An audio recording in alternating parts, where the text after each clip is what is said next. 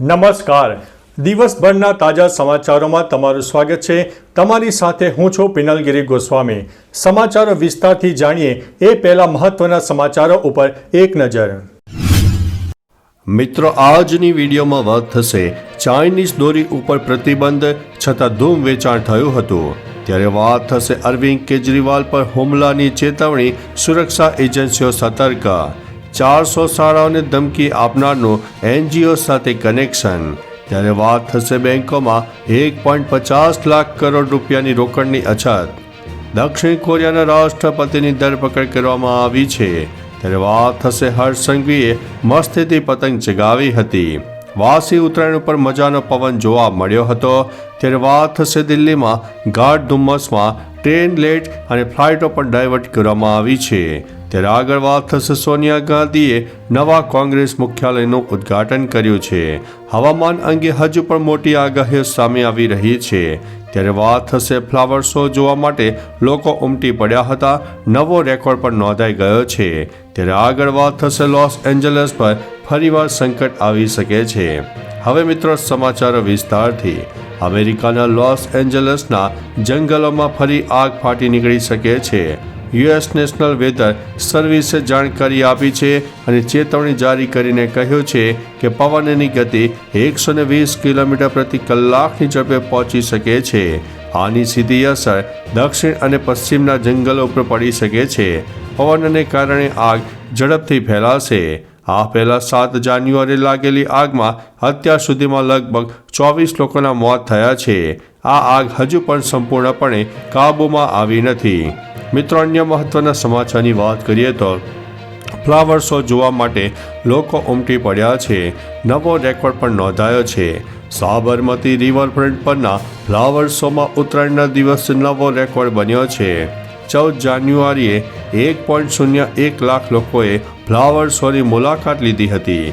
જેનું કારણ માત્ર એક જ દિવસે મ્યુનિસિપલ કોર્પોરેશનને 86 લાખ રૂપિયાની આવક થઈ ગઈ છે. લોકો સવારે 9થી રાત્રે 11 વાગ્યા સુધી ફ્લાવર શો જોવા માટે ઉમટી પડ્યા હતા. ખાસ કરીને સાંજે દ્રશ્ય અદ્ભુત હતું. મોટી સંખ્યામાં લોકો હજુ પણ ઉમટે તેવી શક્યતા છે. અટલ બ્રિજ ઉપર પણ મોટી સંખ્યામાં લોકો આવ્યા હતા. મિત્રો, અન્ય મહત્વના સમાચારની વાત કરીએ તો હવામાન અંગે મોટી આગાહી સામે આવી છે. તેમના જણાવ્યા મુજબ હજુ પણ અનેક જિલ્લામાં આગામી 24 કલાકમાં લઘુત્તમ તાપમાન અને મહત્તમ તાપમાનમાં 2 થી 3 ડિગ્રીનો વધારો થઈ શકે છે. આગામી 24 કલાક દરમિયાન વેસ્ટર્ન ડિસ્ટર્બન્સની અસરો જોવા મળી શકે છે. તેથી હવામાન બદલાશે. દિવસ દરમિયાન ઉત્તર અને ઉત્તર પૂર્વ દિશા તરફથી ઠંડા પવનો ફૂંકાશે. તેથી ઠંડી લાગશે. બીજી તરફ 15 થી 20 કિલોમીટર પ્રતિ કલાકની ઝડપે પવન પણ ફૂંકાઈ શકે છે. મિત્રો, અન્ય મહત્વના સમાચારની વાત કરીએ તો સોનિયા ગાંધીએ નવા કોંગ્રેસ મુખ્યાલયનું ઉદ્ઘાટન કર્યું છે. સોનિયા ગાંધીએ મધ્ય દિલ્હીના કોટલા રોડ પર બનેલા નવા કોંગ્રેસ મુખ્યાલયનું ઉદ્ઘાટન કર્યું હતું. નવા મુખ્યાલયનું નામ ઇન્દિરા ભવન છે. આ પ્રસંગે રાહુલ ગાંધી, પ્રિયંકા ગાંધી, મલ્લિકાર્જુન ખડગે અને સચિન પાયલટ સહિતના પાર્ટીના ઘણા વરિષ્ઠ નેતાઓ હાજર રહ્યા હતા. મિત્રો, અન્ય મહત્વના સમાચારની વાત કરીએ તો દિલ્હીમાં ગાઢ ધુમ્મસ, ટ્રેનો લેટ અને ફ્લાઇટ પણ ડાયવર્ટ કરવામાં આવી હતી. દિલ્હીમાં ગાઢ ધુમ્મસના કારણે વિઝિબિલિટી 0 બની હતી. જેના કારણે સડક, રેલવે અને હવાઈ એમ તમામ વાહન વ્યવહારો પર અસર થઈ હતી. ધુમ્મસના કારણે 26 ટ્રેનો 2 થી 4 કલાક લેટ ચાલી હતી. ધુમ્મસના કારણે દિલ્હી એરપોર્ટ પર વિઝિબિલિટી ઘટતા 1 ડઝનથી વધુ ફ્લાઇટો પ્રભાવિત થઈ છે. કેટલીક ફ્લાઇટને જયપુર અને લખનૌ સહિતના નજીકના એરપોર્ટ પર ડાયવર્ટ કરવામાં આવી છે. મિત્રો, અન્ય મહત્વના સમાચારની વાત કરીએ તો વાસી ઉત્તરાયણ ઉપર પણ મજાનો પવન ફૂંકાયો હતો. ગઈકાલે તારીખ 15 જાન્યુઆરીએ વાસી ઉત્તરાયણના દિવસે રસિકો માટે સારા સમાચાર આવી ગયા હતા. હવામાન વિભાગે 5 થી 10 કિલોમીટર પ્રતિ કલાકની ઝડપે સારો પવન ફૂંકાવાની આગાહી કરી હતી. તો સાથે ઠંડી પણ યથાવત રહી હતી. નલિયામાં તો તાપમાન 6.8 ડિગ્રી સેલ્સિયસ ઉપર પહોંચી ગયું હતું. હજુ થોડી ઠંડીમાં આપણને હવે રાહત મળી શકે છે. પવન અનુકૂળ હોવાથી પતંગ રસિયાઓ માટે દિવસ સારો બન્યો હતો. એટલે કે ગઈકાલે પણ આકાશમાં ખરાખરીનો જંગ જોવા મળ્યો હતો. મિત્રો, અન્ય મહત્વના સમાચારની વાત કરીએ તો હર્ષ સંઘવીએ મસ્તીની પતંગ ચગાવી. ગુજરાતભરમાં પતંગોથી આકાશ રંગબેરંગી જોવા મળ્યું. દરમિયાન સીએમથી લઈને અમિત શાહે પતંગ પર હાથ અજમાવ્યો હતો. ત્યારે આમાં રાજ્ય ગૃહમંત્રી હર્ષ સંઘવી પણ બાકાત ન રહ્યા. તેમણે પણ મસ્તીની પતંગ ચગાવી હતી. આ દરમિયાન તેમનો પરિવાર સાથે રહ્યો હતો. તેઓ વિડીયો સંઘવીએ શેર પણ કર્યો છે. સાથે લખ્યું છે કે તમે મારામાંથી ગુજરાતી નહીં છીનવી શકો, કાયપો છે. મિત્રો, અન્ય મહત્વના સમાચારની વાત કરીએ તો દક્ષિણ કોરિયાના રાષ્ટ્રપતિની ધરપકડ. દક્ષિણ કોરિયાના રાષ્ટ્રપતિ યુન સુક ઓનની ધરપકડ કરવામાં આવી છે. પોલીસ અગાઉ પણ મહાભિયોગનો સામનો કરી રહેલા યોલની ધરપકડ કરવા માટે પણ આવી હતી, પરંતુ તેમના સમર્થકોના હોબાળાને કારણે ધરપકડ થઈ શકી ન હતી.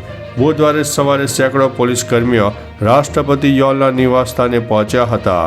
પોલીસ સીડીઓ ચડીને યોલના ગ્રહમાં પ્રવેશી અને તેમની ધરપકડ કરી. યોલ દક્ષિણ કોરિયાના પહેલા રાષ્ટ્રપતિ છે જેમની ધરપકડ કરવામાં આવી છે. મિત્રો, અન્ય મહત્વના સમાચારની વાત કરીએ તો બેંકોમાં 1.50 લાખ કરોડ રૂપિયાની રોકડની અછત. દેશની બેંકોમાં ફરી રોકડની અછત વધી ગઈ છે. ડિસેમ્બરના બીજા પખવાડિયામાં દેશની બેન્કિંગ સિસ્ટમમાં રોકડની અછત 1.5 લાખ કરોડ રૂપિયા સુધી પહોંચી ગઈ હતી. આનો સામનો કરવા માટે બેંકો ડિપોઝિટ વધારી રહી છે. પરિણામે ડિપોઝિટ વ્યાજદર 7.50% સુધી પહોંચી ગયા છે. ડિસેમ્બરના પહેલા અઠવાડિયામાં બેંકોની રોકડ સરપ્લસ 1 લાખ કરોડ રૂપિયા હતી. ત્યાર પછીના પખવાડિયામાં રોકડમાં ઘટાડો થયો છે.